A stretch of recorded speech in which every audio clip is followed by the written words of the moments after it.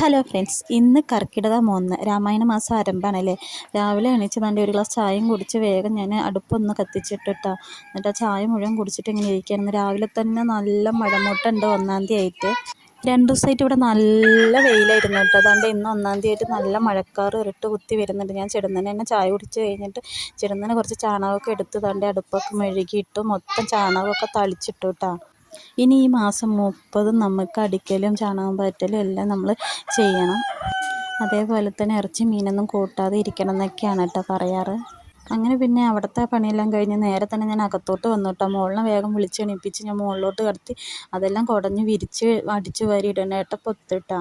ഏട്ടൻ കുളി കഴിഞ്ഞ് വന്നത് വേഗം വിളക്ക് വയ്ക്കാൻ നിൽക്കുക. അതുകൊണ്ട് വേഗം തന്നെ അടിച്ച് വാരിയിട്ടുണ്ടായിരുന്നു. ഞാൻ വീഡിയോ എടുത്തില്ല.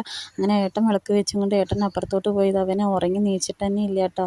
അപ്പോൾ പെട്ടെന്ന് തന്നെ ഞാൻ വേഗം ചട്നിക്ക് താളിപ്പുണ്ടാക്കി വെക്കുകയാണ് കേട്ടോ. ചട്നി അങ്ങോട്ട് ഉണ്ടാക്കി വെച്ച് കഴിഞ്ഞാൽ പിന്നെ ചൂട്ടോടെ ദോശ ഉണ്ടാക്കാമല്ലോ പെട്ടെന്ന് എന്ന് വിചാരിച്ചിട്ട് ഞാൻ വേഗം ചട്നി തളിക്കാൻ വേണ്ടി നിൽക്കുകയാണ്.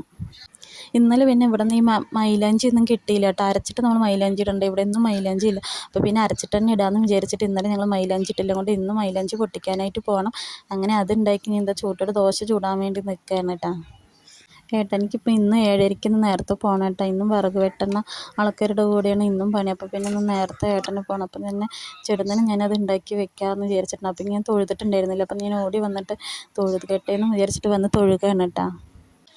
അത് കഴിഞ്ഞ് ചെടുന്നനെ വേഗം വന്നിട്ട് പിന്നെ ഞാൻ ദോശ ചുട്ടുകൊണ്ടിരുന്നു. പറഞ്ഞാൽ ഏട്ടൻ പോകുമ്പോഴേക്കും ഏട്ടനിക്കുള്ളത് ഉണ്ടാക്കി വെക്കാമല്ലോ വിചാരിച്ചിട്ട് ചെടുന്നനെ ഞാൻ ഉണ്ടാക്കാൻ വേണ്ടിയിട്ട് നിൽക്കുകയാണ്. മോളോട് പറയുന്നുണ്ട് വേഗം എണീക്ക്. പക്ഷേ അവളാണെങ്കിൽ അവിടെ നിന്ന് എണീച്ച് വരുന്നില്ല. അപ്പോൾ പിന്നെ ഞാൻ വേഗം അവളെ എണീപ്പിക്കാൻ പോണ നേരം കൊണ്ട് ഏട്ടൻ പിന്നെ 2 ദോശ ചൂടാൻ വേണ്ടി നിന്നിട്ട് ഞാൻ വന്ന് അവളെ നോക്കണ കണ്ടപ്പോൾ എനിക്ക് സങ്കടം വന്നിട്ട് പുതച്ച് മൂടി കിടക്കണം. കാരണം നല്ല തണുപ്പുണ്ട്.